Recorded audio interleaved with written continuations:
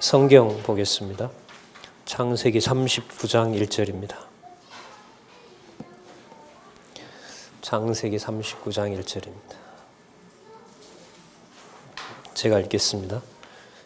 요셉이 이끌려 애굽에 내려가매 바로의 신하 시위대장 애굽 사람 보디발이 그를 그리로 데려간 이스마엘 사람의 손에서 그늘을 산이라.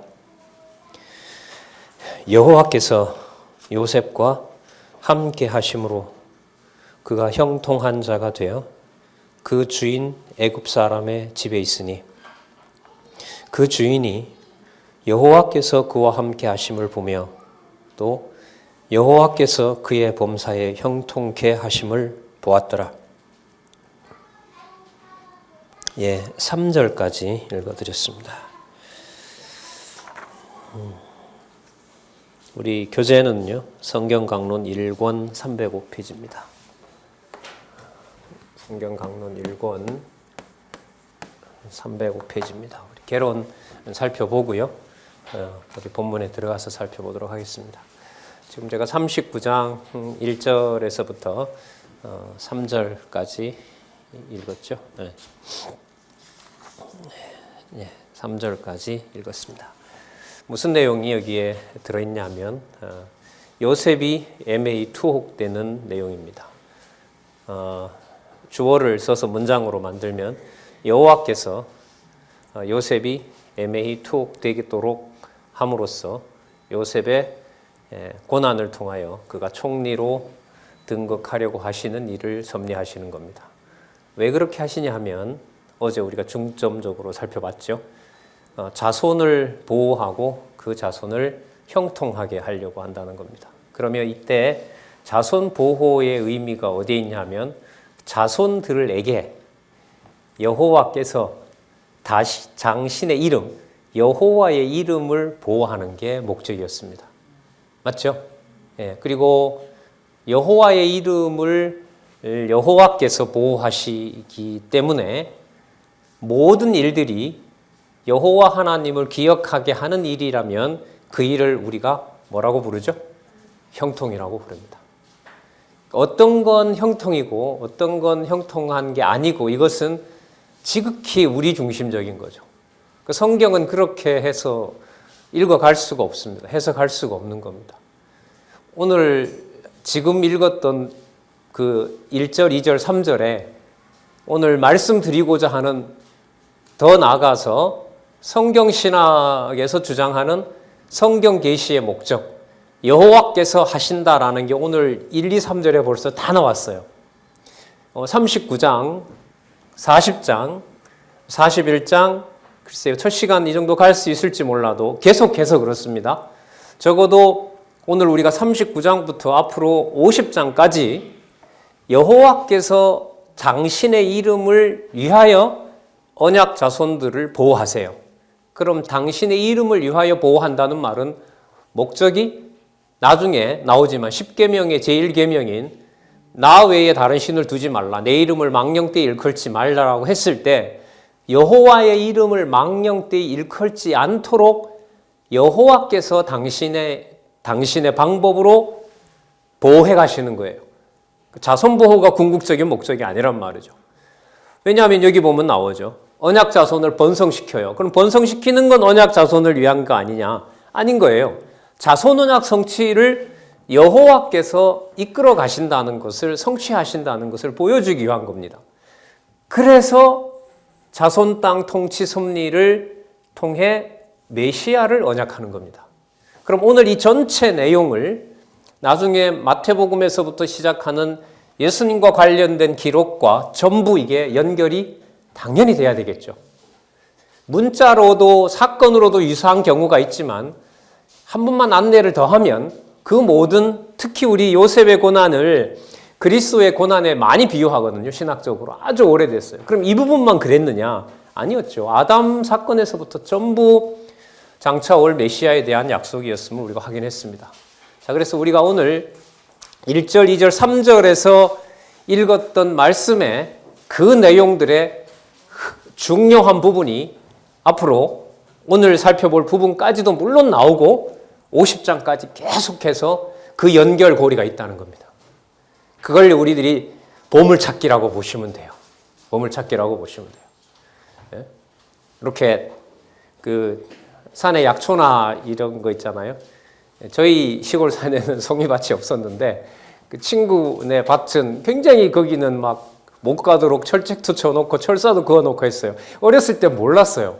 저 산엔 도대체 뭐가 있어서 그런가 했는데 나중에 보니까 그게 송이밭이더라고요.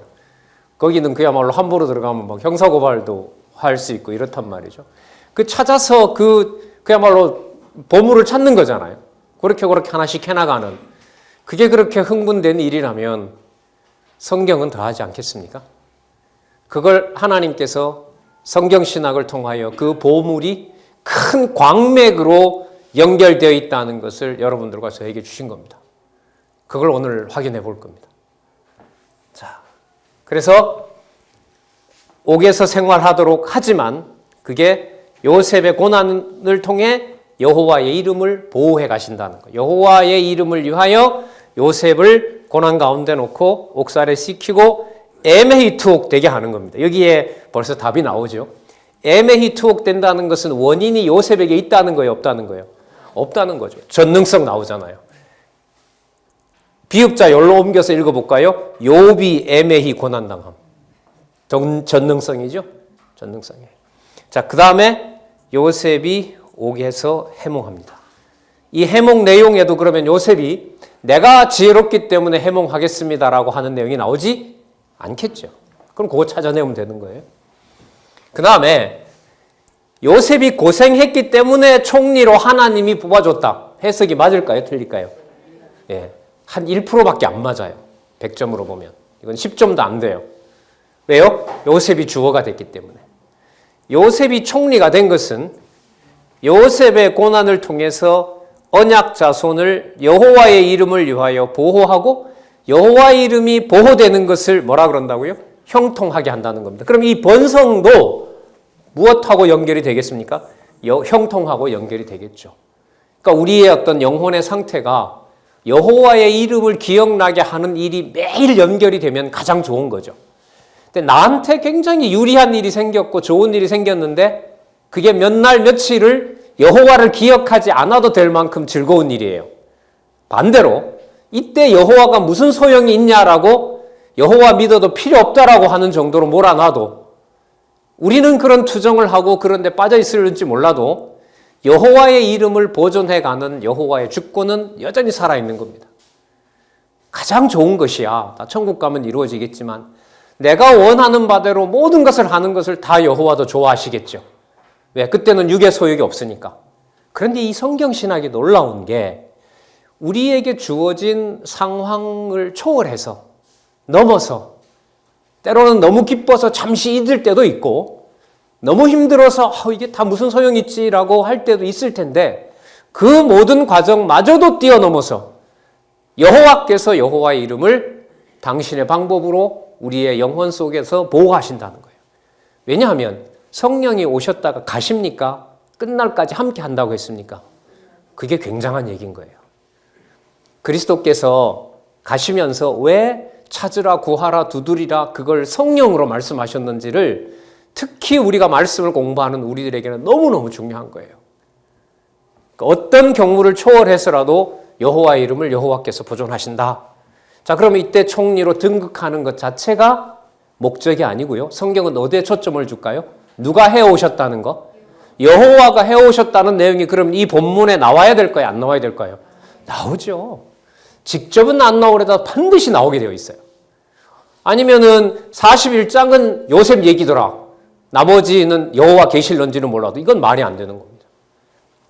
그래서 왕의 부름으로 나오게 되고 꿈을 해몽하여 총리가 내는 내용까지 우리 하나 살펴보도록 하겠습니다. 핵심은 조금 전에 읽었던 39장 1절, 2절, 3절과 같은 방식의 말씀이 나오느냐 이거 확인하면 될 것 같습니다.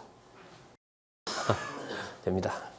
성질이 좀 급해서 빨리 나가고 싶은 마음에 여호와 주어를 먼저 찾고 본문을 부분 보도록 하겠습니다. 자, 한번 따라와 보시기 바랍니다. 우리 2절, 3절 보겠습니다. 여호와께서 요셉과 함께 하심으로 그가 형통한 자가 되어 그 주인 애굽 사람의 집에 있었다. 이게 2절이죠.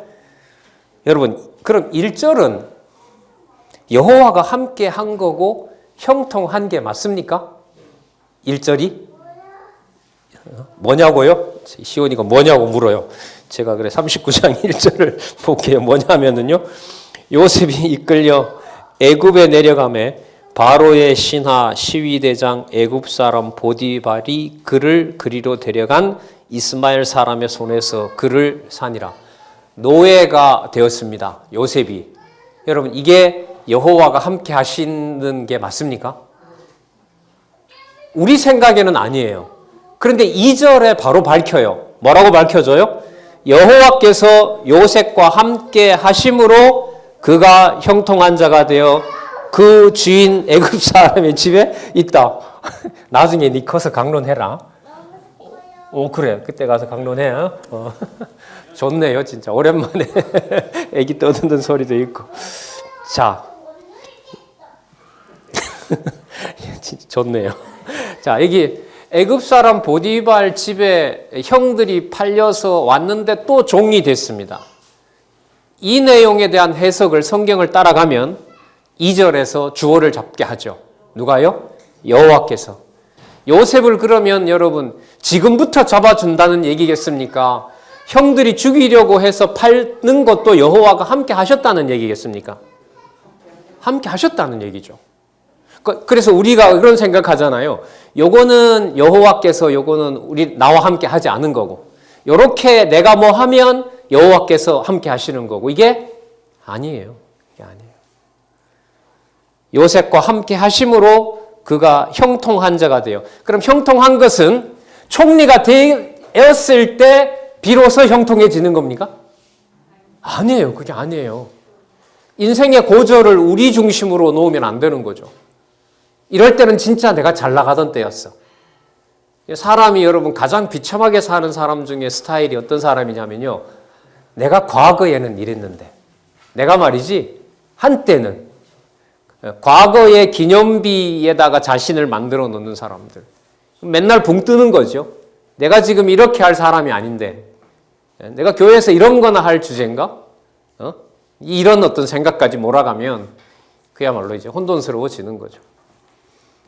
총리에 가서 비로소 여호와께서 요셉을 형통하게 하셨다. OX. X. 비로소라는 것 때문에. 비로소 총리가 됐기 때문에 여호와께서 함께 했고 형통하게 하셨다. OX? X. X. 자, 그 주인 애굽 사람의 집에 있으니 3절. 그 주인이, 자, 체크하셔야겠죠. 여호와께서 그와 함께 하심을 보며 여호와께서 그의 범사에 형통케 하심을 보았더라. 여러분, 이 제목 자손의 보호와 형통 37장에서부터 50장은 지금 39절 앞부분을 봤을 때 자손 보호와 형통은 성경 본문의 근거를 둔 제목이다. 여호와 계시의 관점에서 이 제목은 너무너무 잘 다뤄놓은 거다. 잘 묶어놓은 거다. 창세기 37장에서부터 50장까지. 그러니까 3절에 보면 주인인 보디발에게 누구의 능력을 보여준 거예요? 요셉이 뛰어난 것이 아니라 종으로 잡혀온 요셉을 통해서 보디발의 눈에 누구의 존재를 알려주는 거예요? 여호와의 존재를 알려주는 거예요. 여러분, 이게 굉장히 놀랍죠? 여러분, 제가 새벽 4시에 뭐 서울에 이렇게 아침에 일찍 나가보면 그런 분들이 많아요, 사실. 그 어떤 행사들이 있을 때 저도 서울 시내 버스나 차를 몰고 가서 그 새벽 시장 앞쪽으로 가다 보면 굉장히 많은 사람들이 그곳으로 가요. 보면 아침에 이제 그 하루 일 때문에 가는 분들이죠. 만약에 여러분 그런 일에 종사해서 어떤 예를 들면 현장에 갔는데 그냥 나는 근근히 그날 하루를 위해서 애를 쓰는데 지금 이 경우로 보면 그걸 전체로 감독하는 그 회사의 모든 그 종업원들을 관리하는 사람 눈에 여러분들과 저를 통해서 제가 만약에 그런 경우라면 여호와 하나님의 능력이 그 사람에게 보여진다고 생각하기 쉬워요, 어려워요? 어렵죠. 그냥 나는 내대로 하루 그냥 버틸 뿐이라는 거잖아요. 근데 지금 이게 그런 상황이에요. 요셉이 지금 이 본문이 요셉이 보디발이 나를 통하여 하나님의 여호와를 깨달아가고 있다 그렇게 생각했다는 거예요? 아니에요. 누가 보시기에? 여호와께서 보시기에 아니면 여호와께서 요셉이 하는 일을 통하여 보디발에게 자 여기서 이제 중요합니다. 보디발의 아내도 그렇고 보디발의 아내가 나중에 보디발의 아내가 요셉을 그 모함해서 감옥으로 가게 할 때 요셉을 뭐라고 지칭하죠? 자, 이것도 좀 찾아보겠습니다. (40장 15절) 한번 보시기 바랍니다. 40장 15절.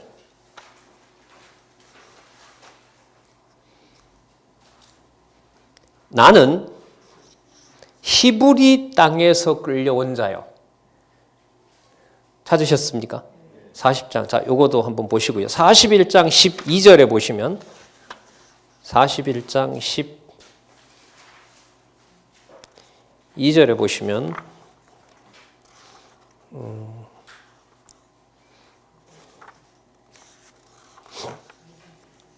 그곳에 시위대장의 종된 누구라 그래요? 히브리 소년. 자, 여러분 성경에서 기록하고 있을 때 지금 보디발의 집에 있는 요셉은 요셉이라고 부르지 않고 보디발과 보디발의 아내는 요셉을 뭐라 불러요?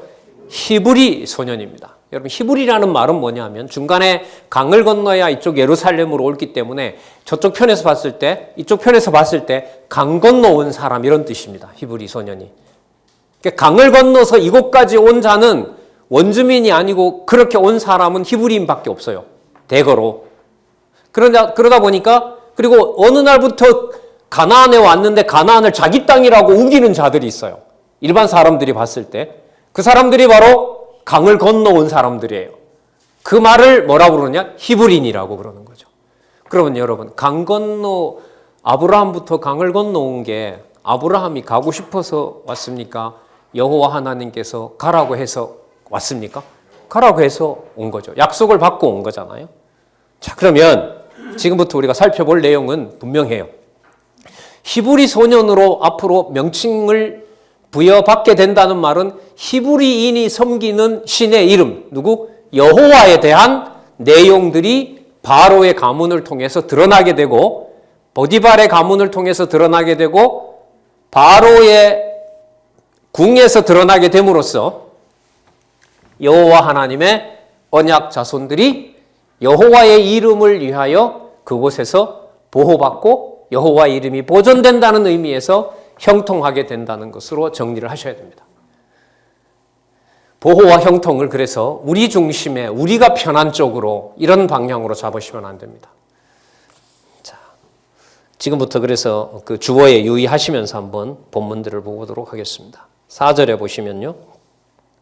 요셉이 그 주인에게 은혜를 입어 섬김에 그가 요셉으로 가정 충무를 삼고 자기 소유를 다 위임했습니다. 5절 그가 요셉에게 자기 집과 그 모든 소유물을 주관하게 한 때부터 누가 나오죠? 예, 이거 체크하셔야겠죠. 여호와께서 요셉을 위하여 그 애굽 사람의 집에 복을 내림으로 누구 복이라 그럽니까? 여호와의 복이 애굽 사람 보디발의 집과 밭에 있는 모든 소유에 미친지라. 좀 멀리서 약속이 된 거지만 아브라함, 이삭, 야곱이 무엇의 근원이 된다 그랬죠? 복의 근원이 된다 그랬죠. 그럼 여러분 이때 복의 근원을 한번 보시자고요. 성경은 보디발이 요셉이 들어오자 집안의 규모도 더 잘 갖추어지고 재산도 많이 늘어났고 그걸 기록하려는 게 목적일까요? 아니면 보디발에게 여호와의 이름을 요셉을 통하여 알려준다는 게 성경 기록의 목적일까요? 2번일 겁니다. 2번인 거죠. 거기에 맞춰서 보시면 돼요. 그러니까 성경 신학을 통해서 배워나가는 일에 가장 중요한 부분이 여호와다라는 게 이렇게 본문에 많이 쏟아지는 부분도 드물어요, 지금. 자, 계속해서 보도록 할게요. 6절에 보면 주인이 그 소유를 다 요셉의 손에 위임하고 자기 식료 외에는 간섭하지 아니하였더라. 이 식료는 뭐 독약을 탈 수도 있으니까 그와 관련된 것을 빼놓고 집안에 관련된 모든 일들은 전부 요셉인 겁니다. 요셉은 용모가 준수하고 아담하였더라. 그러니까 머리도 좋을 뿐만 아니라 이쁘기도 하고 잘생기기도 한 거죠. 이런 내용이 여기 왜 들어갈까요? 그렇죠. 사건으로 보면 보디발의 아내가 이 요셉을 너무 좋아하는 일로 가게 되고요. 그게 내용이라면은, 자, 그러면은 보디발의 아내의 마음을 움직이는 것은 보디발 아내의 마음대로 할까요? 그것도 여호와께서 하실까요? 그럼 요셉이 아름답고 용모가 준수하도록 한 거는 자기가 매일 몸 관리를 잘해서 그런 거겠죠? 아니죠. 예. 이게 우리로 봤을 때는 여기서부터 여러분 이게 하나님의 주권을 생각하지 않으면은 사람의 경우로 상식적으로 자꾸 이해를 하려고 해요. 아니에요. 그렇게 안 됩니다. 용모가 준수한 건 하나님이 함께해서 그렇고 몸이 망가지고 남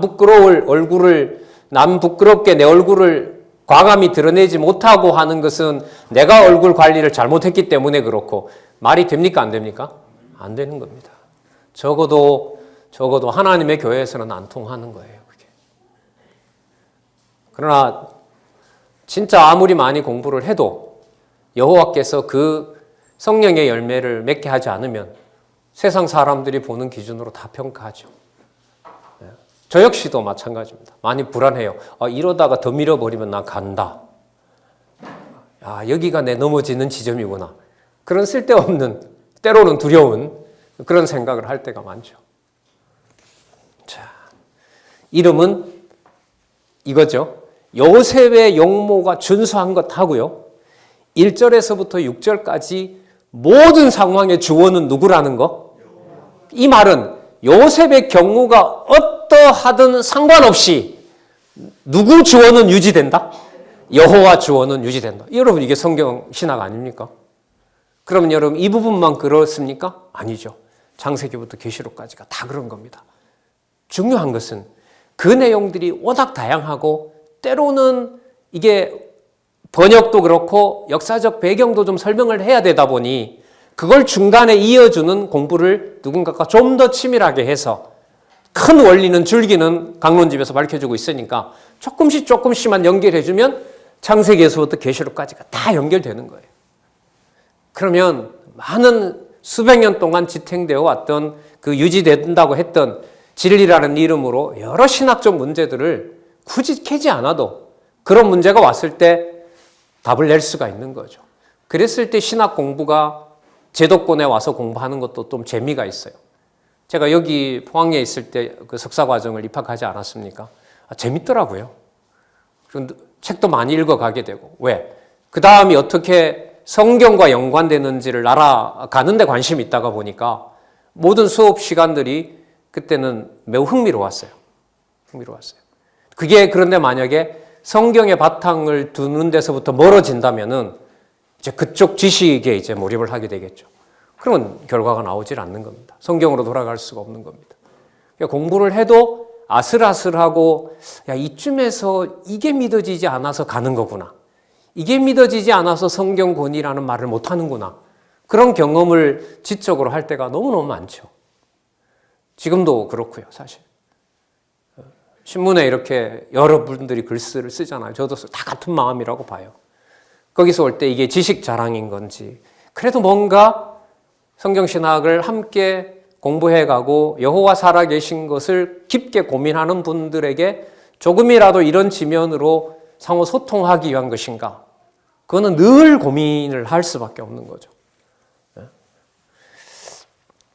자, 요셉이 주인의 아내가 모함하여 애매히 누명을 씁니다. 이 여자가 요셉에게 동침하기를 매일매일 청합니다. 자, 그리고 이른바 덫에 걸려듭니다. 9절에 이 집에는 8절에 보면 요셉이 거절하며 자기 주인의 처에게 이르되 나의 주인이 가중 재반 소유를 간섭치 아니하고 다 내 손에 위임했는데 딱 한 부분만은 건들면 안 된다고 했다. 그게 바로 당신이다.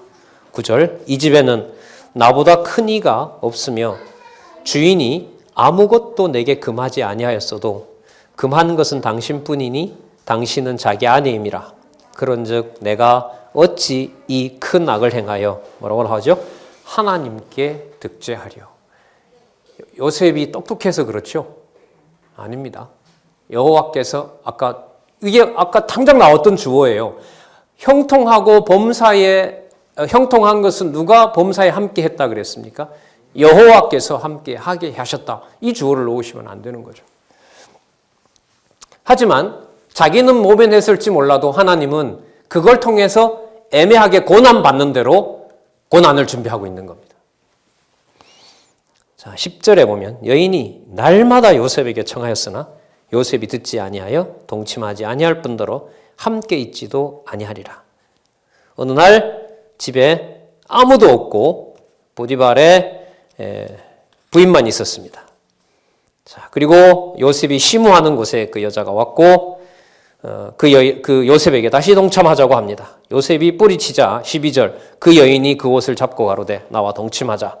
요셉이 자기 옷을 그 손에 버리고 도망하여 나가매 그가 요셉이 그 옷을 자기 손에 버려두고 도망하여 나감을 보고 집사람들을 불러 당황하게 된 거죠. 자기가 죽을 처지에 놓였으니까. 자, 여러분 13절에 보면 요셉을 뭐라고 부릅니까? 집사람들을 불러서 그들에게 이르되 보라 주인이 누구를요? 히브리 사람을. 자, 체크하시기 바랍니다. 히브리 사람. 왜 요셉이라고 표현을 안 하고 히브리 사람이라고 했느냐? 뭐하고 관계 있죠? 언약 자손하고 관계가 있는 거죠. 언약 자손하고. 문맥으로 보면 종놈이 이런 거죠. 저 종놈이 이렇게 된 거고, 의미로 보면 여호와 하나님께서 히브리에서부터 강을 건너온 바단 아람에서부터 왔잖아요. 메소포타미아 지역에서 왔단 말이죠. 지금 이라크 지역에서. 거기에서 온 바로 그 사람. 누구의 명을 따라? 여호와의 명을 따라. 그럼 언약 자손하고 관계 있는 겁니다. 자, 그래서 15절에 보면 내가 나를 겁탈하려는 걸 보고 내가 소리를 질러서 이 옷만 두고 도망갔다.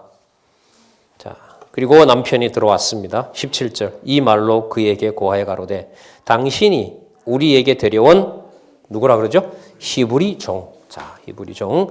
이 나를 희롱코자 내게로 들어왔기로 내가 소리 질러 불렀더니 그가 그 옷을 내게 버려두고 도망하여 나갔나이다. 옥에 가둬버립니다. 심히 노하고 옥에 가두고요. 20절에 이에 요셉의 주인이 그를 잡아 옥에 넣으니, 자, 이때는 또 요셉이라고 하죠.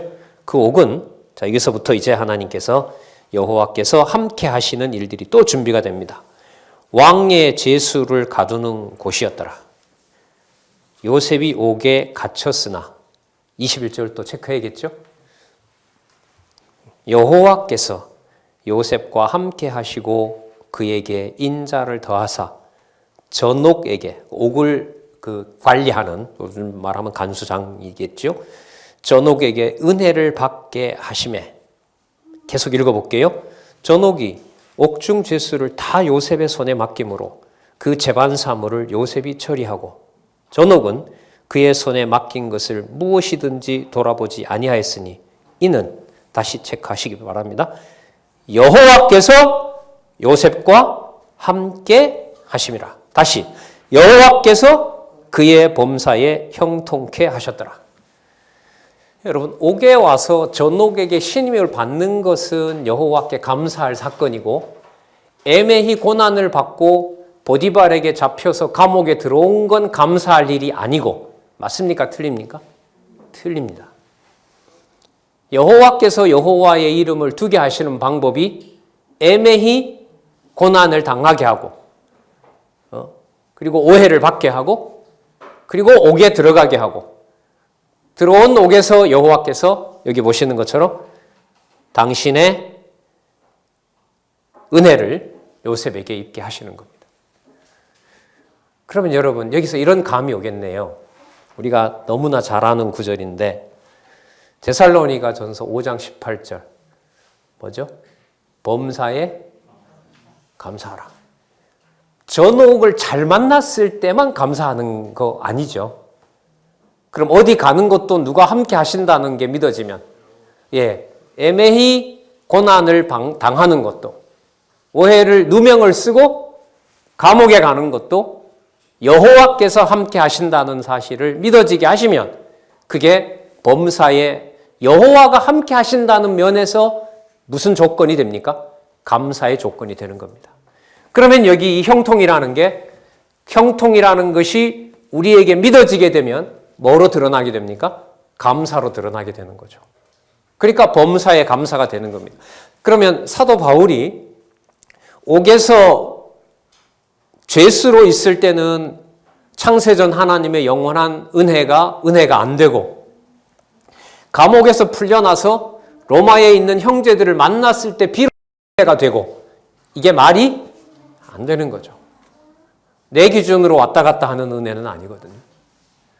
그래서요, 이 이야기를 통해서 지금 이 기록된 이 말씀, 역사서들은 우리가 그래도 교리 보다가는 머릿속에 많이 들어오는 장점은 있는데 스토리만 머리에 넣으면 요셉이라는 주어가 그 상황의 주인이 돼버려요. 근데 성경은 지금 보시면은 요셉이 주어가 아니라 그 상황 모두를 보이지 않는 누가 해가신다고 얘기를 하고 있죠. 여호와께서 해가신다고 하고 있잖아요. 여러분 성도들은 다 눈에 보여요. 근데 하나님은 안 보여요. 근데 하나님이 함께 하신다는 것을 확증하는 것은 뭘 통해서 보여주죠? 말씀을 통해서 보여주는 거죠. 그래서 성도 관계에 그리스도가 머리 되신다라고 하는 것을 말씀에 대한 공급을 빼고는 이게 동력을 받지를 않아요.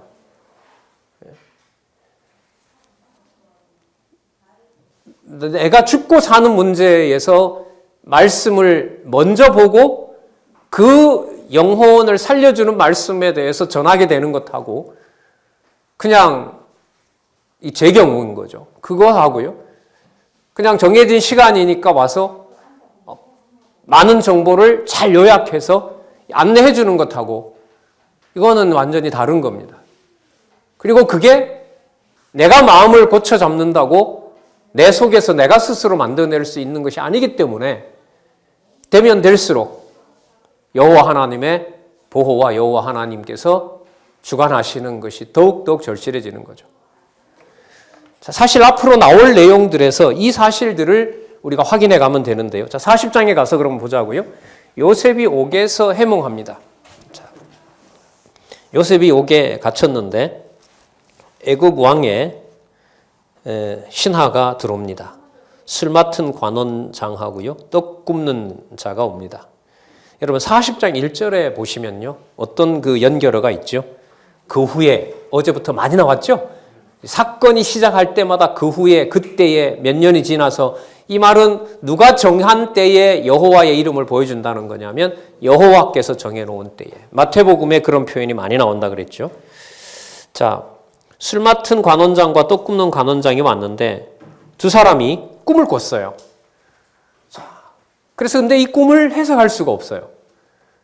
그래서 이 감옥에 있는 이 자들이 요셉을 소개시켜 줍니다.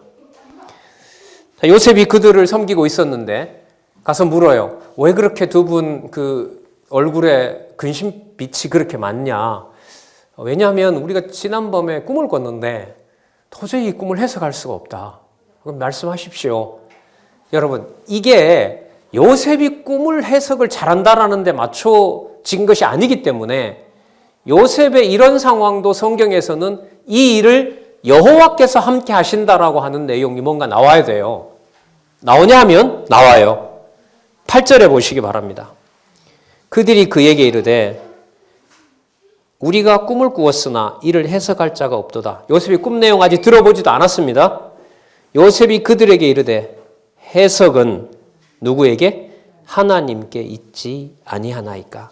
청컨대 내게 고하소서.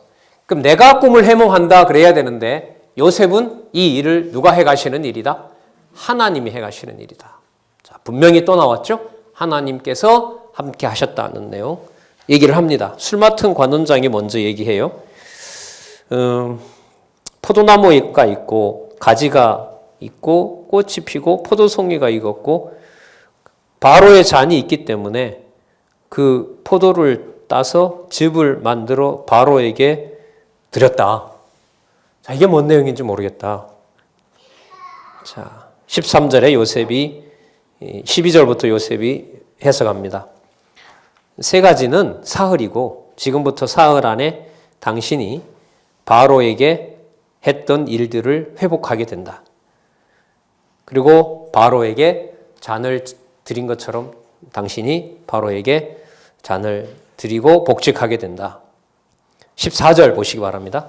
당신이 득의 하거든 나를 생각하고 내게 은혜를 베풀어서 내 사정을 바로에게 고하여 이 집에서 나를 건져내소서. 나는, 자, 요셉도 지칭을 어떻게 하나 보세요. 뭐라 그러죠? 히브리 땅에서 끌려온 자요. 여기서도 옥에 갇힐 일은 행치 아니하였나이다.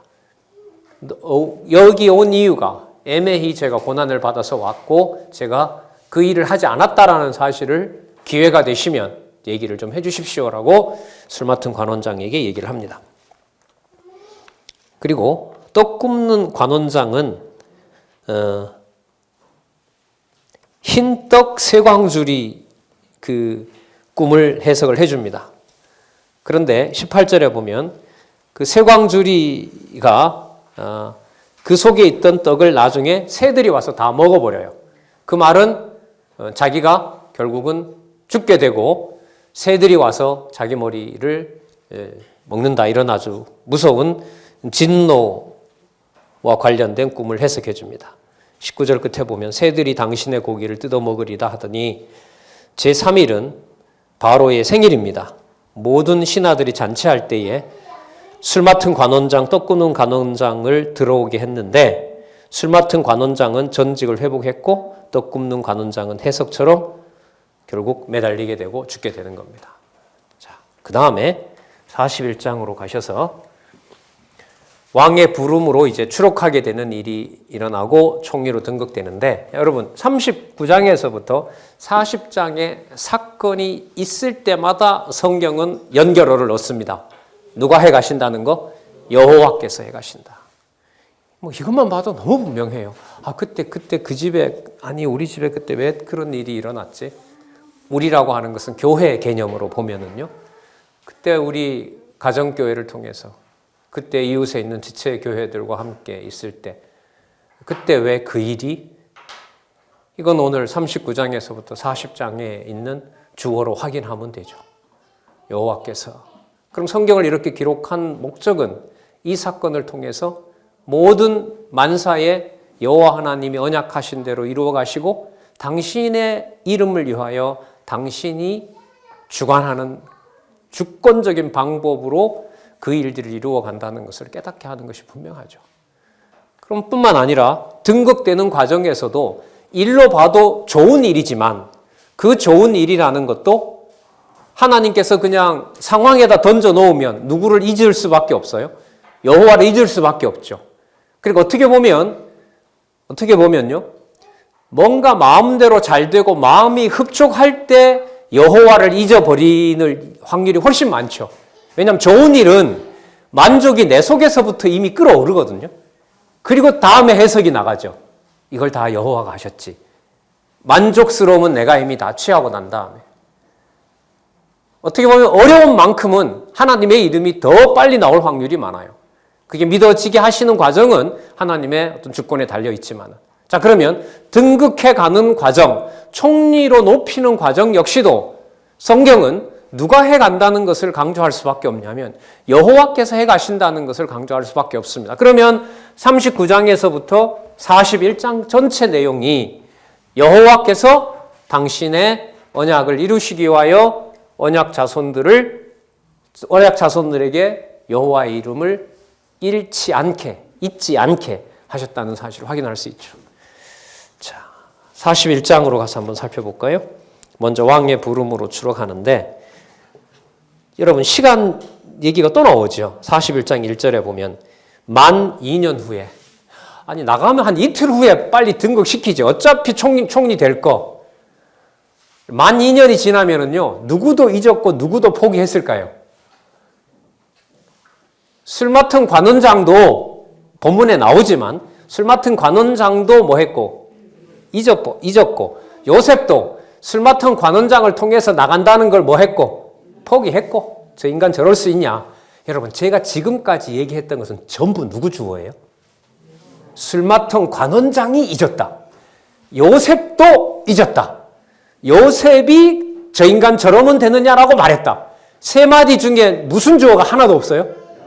그런데 말이 여러분들에게 그럴듯하게 들려요? 안 들려요? 그렇죠. 요셉 술 맡은 관원장이 잊은 게 맞잖아요. 현상적으로 보면. 요셉이 포기한 것도 맞잖아요. 2년 정도 지났으니까. 그리고 마음에 섭섭했을 수도 있고요. 에라는 이제 포기하자. 그러면 여러분 여기 만 2년이라는 게 누가 해나간다라는 암시를 충분히 줍니까? 여호와께서 하신다는 거죠. 시기와 때와 방법을 모두 여호와께서 해가신다는 겁니다. 그런 여호와의 능력을 뭐라 부르냐 하면 잠언의 주제죠. 여호와의 주권성.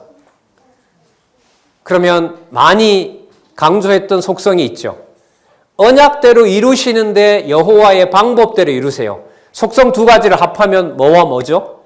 신실성 플러스 주권성 이렇게 되죠. 주권성.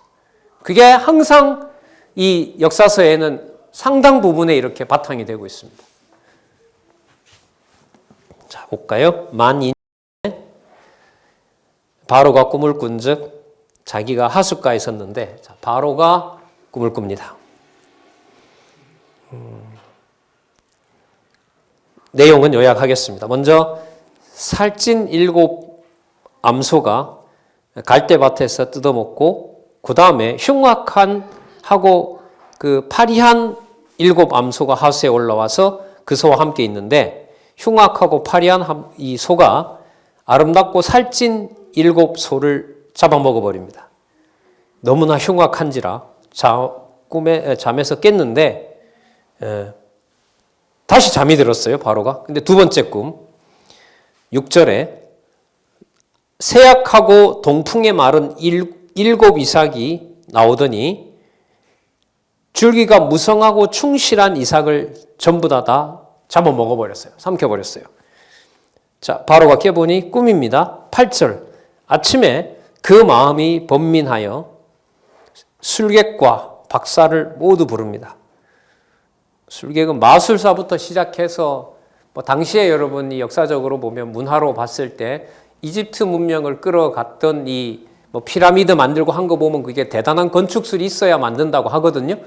그러니까 그때 모든 학문에 탁월한 어떤 이 지식들이 애굽에 많았다고 해요. 제가 철학을 전공했는데 그리스 철학자들이 꼭 어디에 유학을 갔다 와야 되냐 하면 이집트에 유학을 갔다 와야 돼요. 그 정도로 이제 이 여러 가지 중요한 정보들을 가지고 있었대요. 어쨌든 그 자들을 전부 불러 모았던 거죠.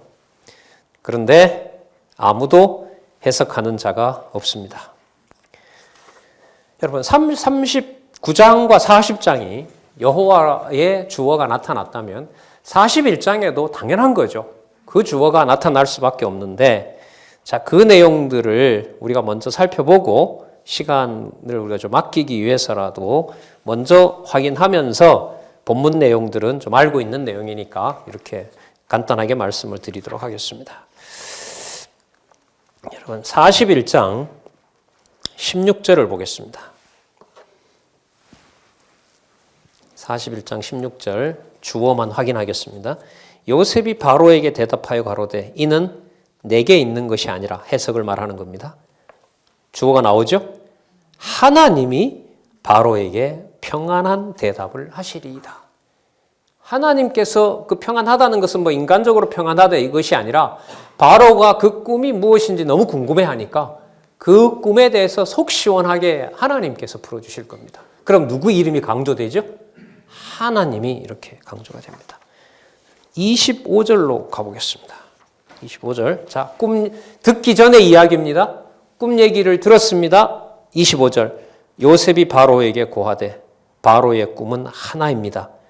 그러니까 그 얘기가 여러 가지라도 분명한 것이 하나 있습니다. 뭐냐면 하나님이 그 하실 일을 바로에게 보인 겁니다.